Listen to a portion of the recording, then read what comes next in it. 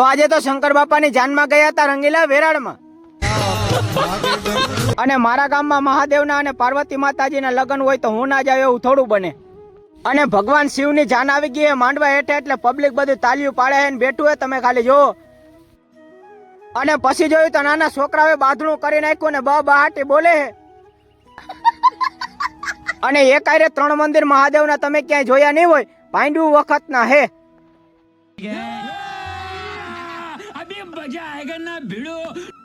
તો જય ઠાકર ને જય દ્વારકાધીશ બધા મિત્રોને કેમ છો તમે બધા મજામાં જશો તો મારા નવા વ્લોગમાં તમારું સ્વાગત છે તો મિત્રો નાઈ ધોઈને થઈ ગયા કમ્પ્લીટ અને આજે જવાનું છે ડેરાવડ એટલે શિવ પુરાણમાં તો વ્લોગમાં કન્ટિન્યુ બન્યા રહેજો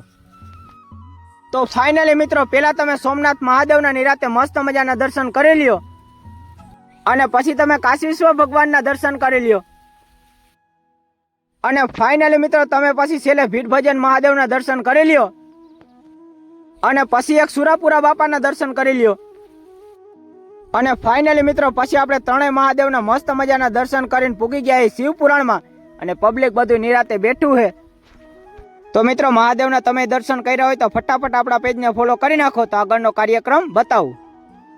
અને પછી શંકર બાપા અને પાર્વતી માતાજીને આવી ગયા માંડવા નીચે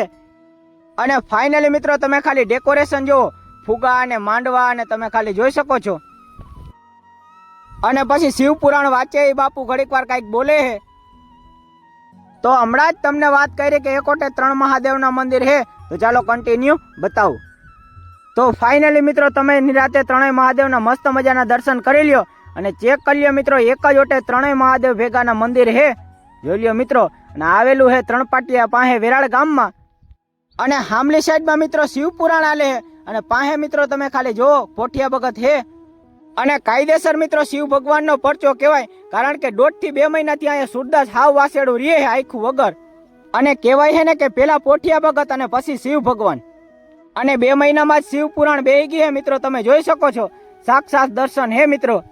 અને ફાઇનલી મિત્રો મહાદેવના લગ્નની વિધિ ચાલુ થઈ ગઈ છે અને મિત્રો તમે ક્યાં ગામથી આપણો વ્લોગ જો હોય જરા કોમેન્ટ કરી નાખો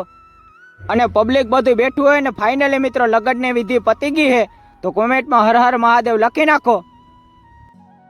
અને પછી આપણે મસ્ત મજાની પ્રસાદી લઈને નીકળી ગયા છીએ અને દ્વારકા જિલ્લામાં આપણા કઈ ગામમાંથી આપણો વ્લોગ જોવાય જરા કોમેન્ટ કરતા જજો અને કાર્યક્રમ બધો પતી ગયો એટલે આપણે નીકળી ગયા હવે ઘેર જવા માટે તો આજનો વ્લોગ એટલો જ રાખવાનો વ્લોગ સારો લાગ્યો હોય તો લાઈક ફોલો અને શેર કરવાનું ભૂલતા નહીં તો ફરીથી તમને મળું એક નવા વ્લોગમાં તો બધાને જય દ્વારકાધીશ